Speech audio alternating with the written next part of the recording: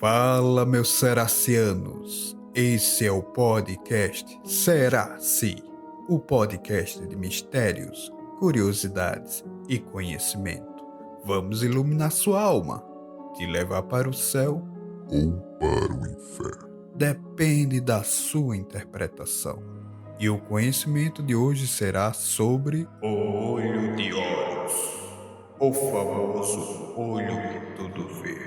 Eu sou Emerson. E eu sou o Douglas. O olho de Horus também é conhecido como o de Jat, ou olho de Ra. É um dos símbolos mais antigos e poderosos da mitologia egípcia. Este símbolo tem sua rica história e significado dentro da cultura egípcia antiga e é frequentemente associado como proteção, cura e poder divino. Aqui estão alguns detalhes sobre o olho de Horus. Vamos lá?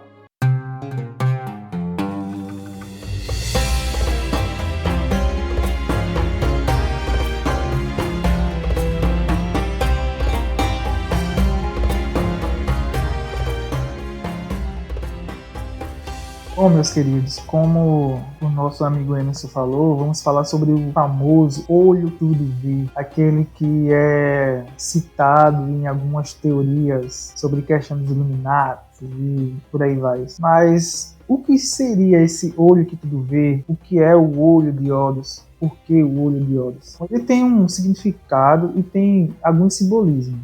O olho de Horus, ele representa o olho direito do deus Horus, que era um dos deuses mais importantes da mitologia egípcia. Horus foi visto como um deus do céu, dos reis e da justiça. O olho de Horus ele também é considerado um amuleto de proteção. Acreditava-se que ele tinha o poder de afastar o mal e trazer boa sorte a quem usava. Além disso, o olho de Horus é frequentemente associado à cura, à restauração. Ele era visto como um símbolo de renovação e cura, especialmente após situações adversas. A sua origem e a história dele. A origem do olho de Horus remota à lenda de Horus e seu conflito com seu tio, que resultou na perda do olho de Horus. Segundo a lenda, o olho de Horus ele foi arrancado por Sete durante uma luta. No entanto, o olho dele foi restaurado por Thoth, o deus da sabedoria, e devolvido a Horus. O olho de Horus simboliza a restauração da integridade e da ordem divina. Tem alguns componentes simbólicos. Esse olho de Horus ele é geralmente representado como um olho humanizado, estilizado, com algumas características específicas. Ele é composto por 6 partes. O rabo, representando as lágrimas de Horus, a pupila, que pode ser associada à lua ou ao sol, as sobrancelhas, que se assemelha a um falcão, um animal associado a Horus, a íris, que representa a deusa Ísis, a sobrancelha superior, associada à deusa Nut, e a sobrancelha inferior, associada a deusa Arton. Ele também é considerado como um protetor e é usado como amuletos. Ele é frequentemente usado como um amuleto de proteção no Antigo Egito. Acreditava-se que ele tinha o poder de afastar o mal e proteger aqueles que o usavam. Esse aspecto protetor contribuiu para a ideia de que o olho estava sempre vigiando e protegendo contra ameaças. Ele também era encontrado em joias, objetos domésticos e túmulos. Também era comum pintar o olho de Horus nas embarcações e nas portas das casas para afastar o mal. Acredito que vários ouvintes já viram esse olho de Horus. Se eu não me engano, tem até na nota de $1 que falam que tem lá uma pirâmide com um olho lá, que é o olho de Horus, o famoso olho que tudo vê. Você já viu isso, Emerson? Sim. Na nota de $1 está presente o olho de Horus, assim como também está presente no anime Yu-Gi-Oh!, onde o Yugi ele usa o amuleto que é a pirâmide com o olho de Horus. Realmente. Agora, a gente fica pensando, as pessoas usam essa questão do olho de Horus, essa questão do olho que tudo vê, como algo maligno, como algo ruim. É só um olho e aquilo tem algo de ruim. Provavelmente por conta que, por ser de cultura pagã, né, os deuses do Egito, que muitas vezes era cultuado para fazer o mal contra os seus inimigos e proteger aqueles que o seguiam. Então, provavelmente tem um pouco desse contexto aí que o olho de Horus é para me proteger dos maus olhados, no caso. Faz sentido, mas vamos pegar por esse lado, viviam pela cultura pagã, mas cada região, cada cultura, naquele tempo, não muito hoje, né, mas antigamente, cada um tinha seu Deus, né, e cada seu Deus era representado por alguma coisa. Então, eu que cultuo ao meu Deus, vou falar que o simbolismo daquele Deus lá, que outra pessoa cultua, é algo ruim. Então é uma questão de ponto de vista. Exatamente. Horus também é associado ao Sol e à Lua, representando a vigilância contínua durante o dia e a noite. O Sol e a Lua são considerados astros que veem tudo o que acontece na Terra, e essa associação contribui para a ideia do olho que tudo vê. Ou seja, o Sol e a Lua são dois olhos enormes que veem tudo. Cara, imagina para o povo, aquele pessoal dessa cultura que acreditava no olho de Horus, que o olho que tudo vê. Imagina eles tipo, eu não posso fazer nada de errado porque ele tá me vendo. Olha lá, o sol ali, então é ele me olhando. À noite, oi, ali eu não posso. Sabe aquela, vamos dizer assim, realmente o olho que tudo vê, não tinha como esconder o que você fosse fazer, sendo de dia ou de noite, ele estaria lhe vendo. É a mesma coisa que ser onipresente, ele estaria em todos os lugares, porque de qualquer lugar do planeta você vê o Sol e vê a Terra. Exato. E aí lembra até um pouco do livro do 1984, né? O Grande Irmão, que observa tudo, todos os seus passos. E aí, envolvendo a religião, seria essa forma de identificar os pecadores, os malfeitores e puni-los. Assim, a cultura demonstrava que essas pessoas poderiam ser submissas ou temerem algo de ruim que pudesse acontecer e, por conta disso, não praticavam, entre aspas, o mal. Pensa bem, o ser humano ele é muito sagaz, porque acreditando ou não em deuses, ou em um único Deus, ou se existiu ou não, se foi algo criado só por uma mente humana, isso, o cara foi muito inteligente, porque, pensa bem, ele colocou logo o quê? O Sol e a Lua, representando o olho de Horus que tudo vê. E tipo, cara, em todo lugar do mundo você vê o Sol e a Lua. Então, uma forma muito eficaz de controlar o povo, de manter ali naquela linha reta. Não desobedeça, porque Horus, o olho que tudo vê, o olho de Horus vai estar lhe observando, de dia ou de noite. Então você não pode sair da linha. Uma forma muito interessante de controle, não acha? Bastante interessante se você perceber, como você mesmo falou, né? O Sol e a Lua, tá todo canto do planeta dá para ver. E tá ali presente quase que todos os dias, no caso da Lua, né? Pode ser de dia, pode ser de noite, mas tá lá e observando. Então, eu sei o que você fez durante o dia e durante a noite. Sei o que você fez no verão passado. Essa relação, o olho de Horus, ele também tem uma certa relação com outros deuses.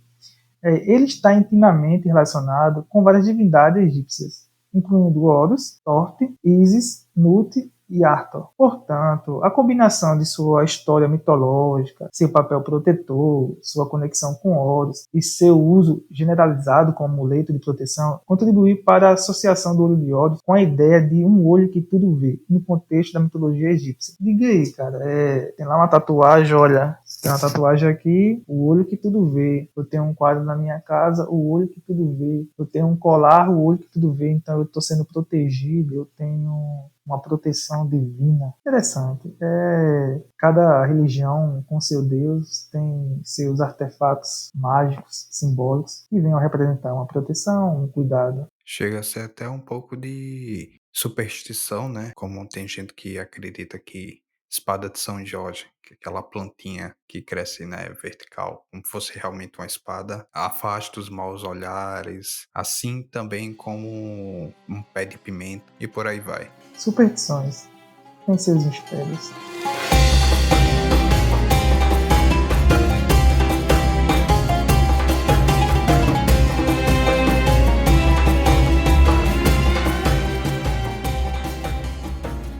E agora vamos entender mais quem foi Horus. Ele foi uma das divindades mais importantes da mitologia egípcia, com uma história complexa e vários aspectos de sua divindade ao longo das diferentes épocas do Egito. Geralmente ele é associado ao céu, aos reis e à proteção. Horus é frequentemente representado como um deus falcão ou com uma cabeça de falcão. Sua história mais conhecida está relacionada ao conflito com seu tio, Set, que resultou na perda do seu olho direito. A lenda diz que Horus lutou para se vingar da morte do seu pai, Osíris, e que durante a luta foi o que ocasionou o seu olho perdido. E esse olho mais tarde foi restaurado por Thor, que se tornou o símbolo da cura e proteção. Mas há também uma vertente de Horus associada ao Sol e à realeza. Para a gente entender nesse contexto, ele mostra que é conhecido como Horus, o deus dos céus. O olho ele é associado ao Sol e à Lua. Os faraós eram frequentemente identificados com Horus durante suas vidas e com Osíris após a morte. Interessante, né? Os faraós eram associados a uma forma de falar assim, olha, eu tenho o poder, eu sou associado, eu tenho uma proteção especial, vamos dizer assim, mais que vocês, médios mortais. Então vocês têm que me obedecer porque eu sou o representante daquele Deus dos céus. Uma forma de manter o povo na linha, né? Se você não fazer isso, como eu falei, olho está lhe vendo, o olho que te vê está de olho em você. Exatamente, era uma forma de mostrar poder aos demais, principalmente aos escravos, né? Horus também era frequentemente invocado como um deus protetor. Acredita-se que ele oferece proteção contra as ameaças e males. E por esse motivo, sua imagem, especialmente o olho de Horus, foi usada em amuletos e talismã, que é algo que a gente vê até hoje em dia, né? Em muitas daquelas pulseirinhas que é cheia de bugiganga, tem uma figa que vai ter uma pimenta, vai ter o olho de Horus, justamente para passar essa ideia de proteção. Filmes também, né? Algumas representações, Duro de Ouro e tal. Só que aí, nessa questão de filmes, já entra os teóricos da conspiração que fala que é relacionado como o olho de ouro, o olho que tudo vê, é relacionado ao Deus que vê todas as coisas. As pessoas, elas pegam esse símbolo e colocam ele como se fosse o sistema. O sistema vê tudo que a gente faz, controla tudo que a gente faz e sabe tudo que a gente... Por isso que quando você vê um olho de Horus em alguns filmes, é só apenas uma citação de, tô de olho em vocês, viu? Bom, teorias, né? Se não existia um olho de Horus, hoje em dia estão tentando implementar um, viu? Porque tudo é rastreável, praticamente. E está cada vez mais rastreável ainda, em tempo real. Vamos dizer que é um Horus mais moderno. O olho de Horus digital. É, vamos dizer assim. Agora, voltando para a relação com a realidade egípcia, os faraós eram considerados os filhos de Horus e, como tal, ele desempenhou um papel significativo na mitologia da realidade. Cada faraó foi visto como uma encarnação de Horus durante a vida. Então você percebe, Douglas, que não era simplesmente Horus que dava a sua proteção, sua bênção sobre os faraós, mas ele se encarnava no faraó para governar. É mais uma forma de manter o controle. Porque eles teriam de que faraó não, né? Que o Horus tinha encarnado nos faraós. Era só a palavra deles e o povo tinha que acreditar. E por ser faraós, reis, homens, poder, quem ia duvidar? Ninguém, né? Tinha que simplesmente aceitar, caladinho. É aquela coisa, né? Quem tem poder, manda. Não tem, obedece ou se rebela. Exatamente. Pois é, porque o cara podia alegar o quê?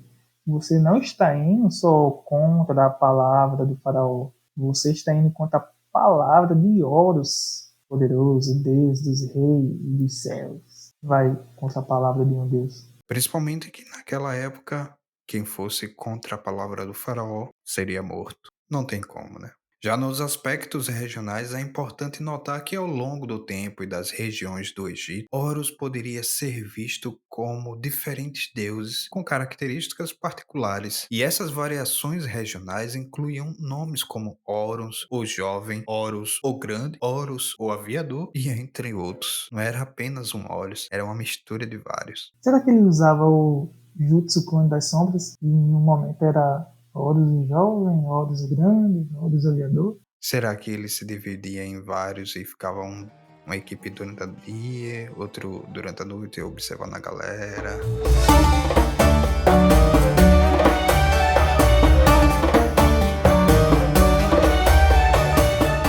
Agora partindo para o simbolismo e a iconografia, Horus é frequentemente representado a Ankh, um símbolo da vida, e ao cetro Eka, um cetro real. Sua representação como um falcão também é icônica.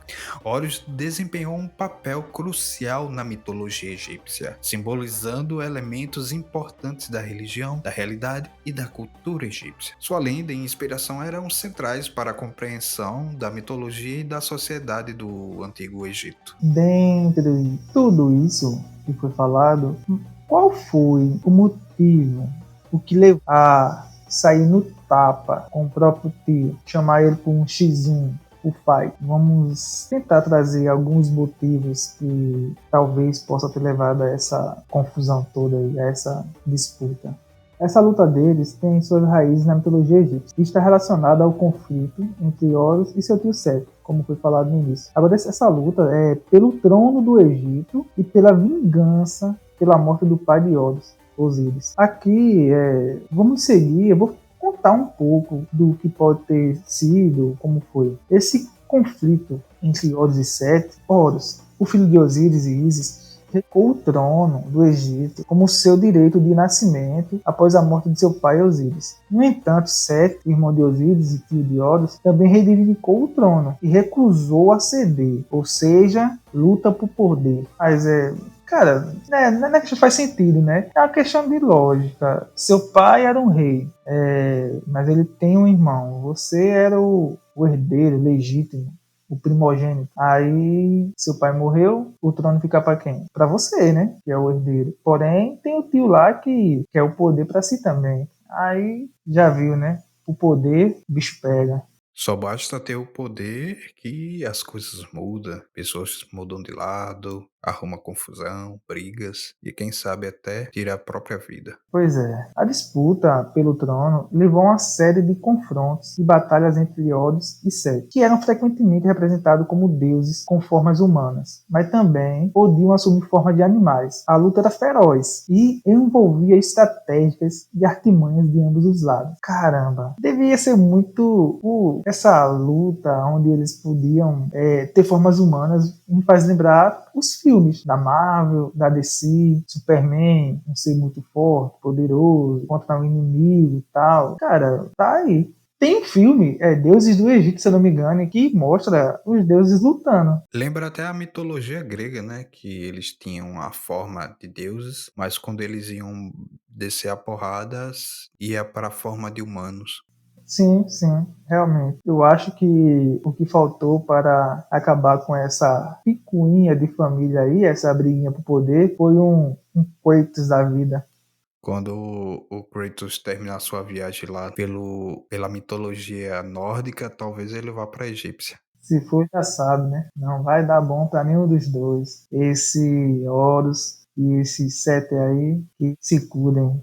Vai morrer tudinho. Durante essas batalhas, durante uma delas, com estratégia, com artimanhas, cada um com seus artifícios para conseguir ferir um, porque uma batalha entre deuses para um machucar o outro, eu acho que não deve ser tão fácil, né? Mas durante uma dessas batalhas, Sete conseguiu arrancar o olho de Horus. Isso simbolizou uma perda significativa para Horus e, consequentemente, para sua capacidade de governar o Egito. O olho danificado tornou-se mais tarde o símbolo conhecido como o olho de Horus, ou o olho que tudo vê. Agora, diga aí, um rei sem um olho é legal, né? Porque em algumas culturas, eu não lembro se na cultura egípcia pessoas que tinham alguma deficiência física não era tão valorizada, tão respeitada. Agora imagina um deus sem um olho. A moral dele ficaria lá embaixo, né?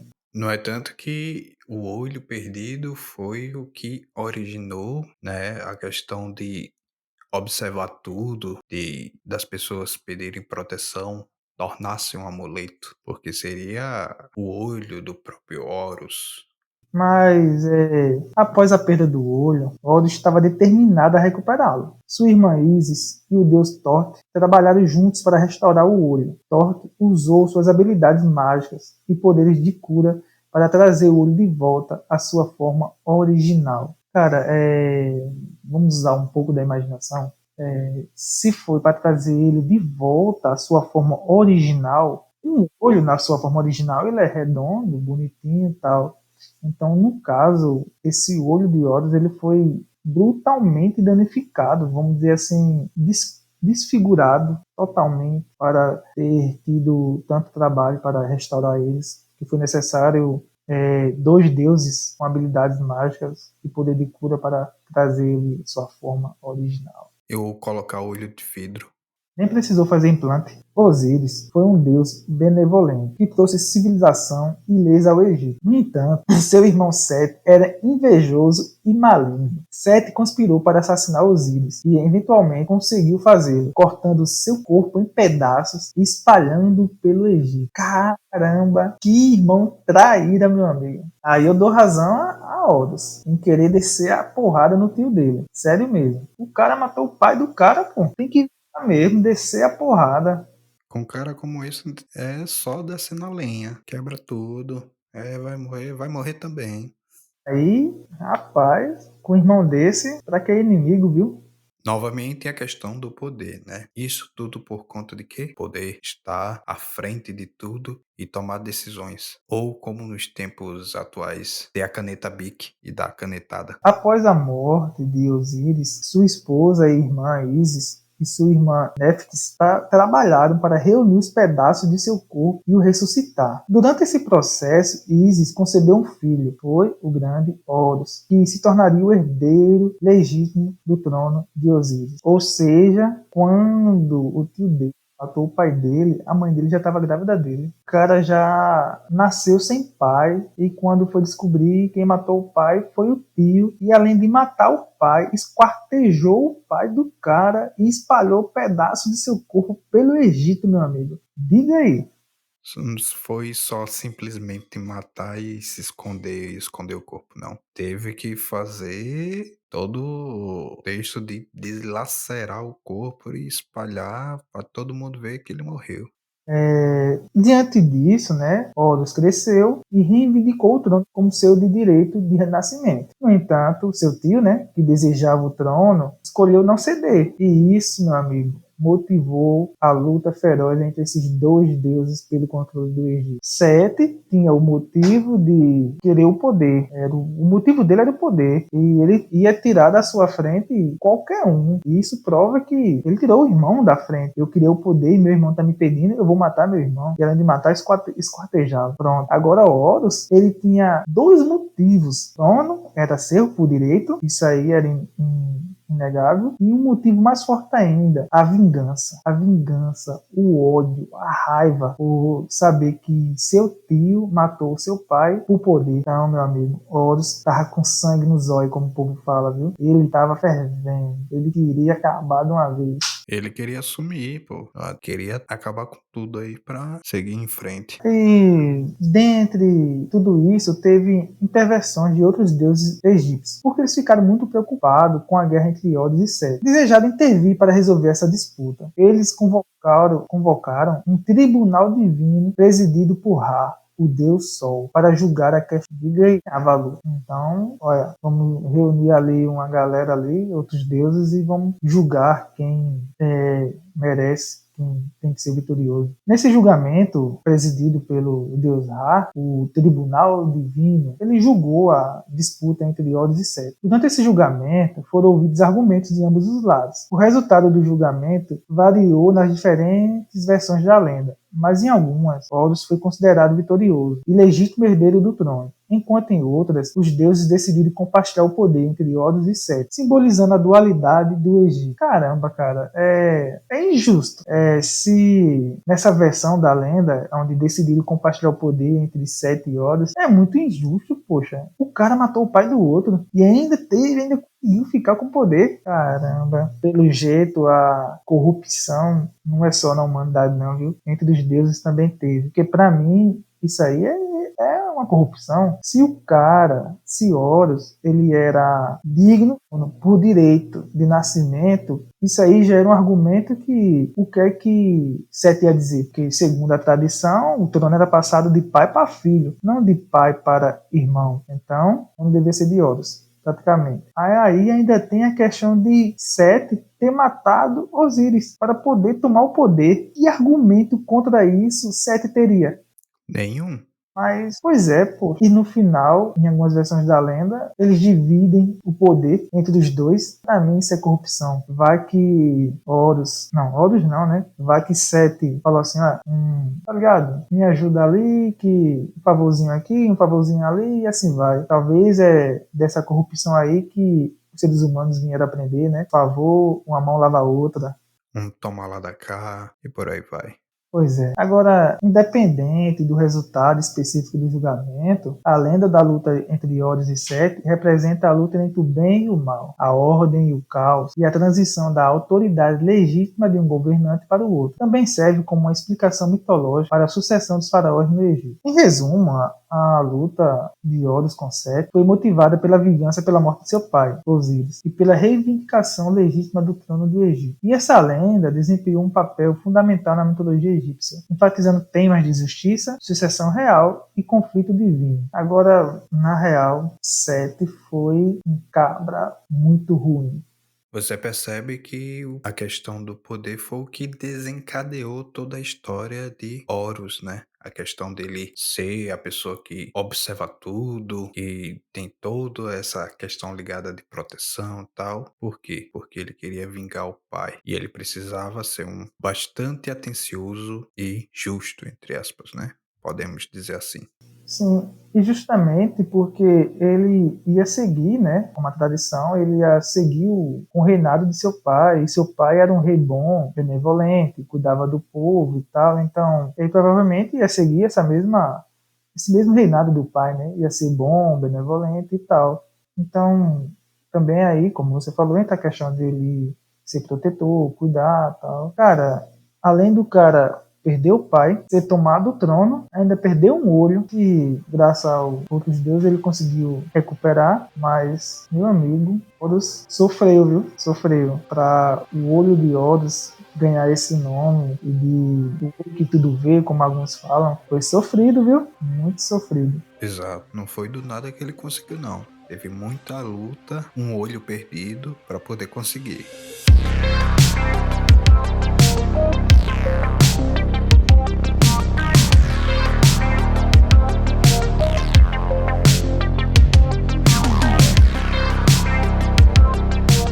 E é isso, seus ouvintes. Vocês gostaram desse episódio? Conheciam a história de Horus? Comente lá no nosso Instagram, @serasi_podcast. Este episódio vai ficando por aqui. Eu sou Emerson. Eu sou o Douglas. E até o próximo episódio. Falou!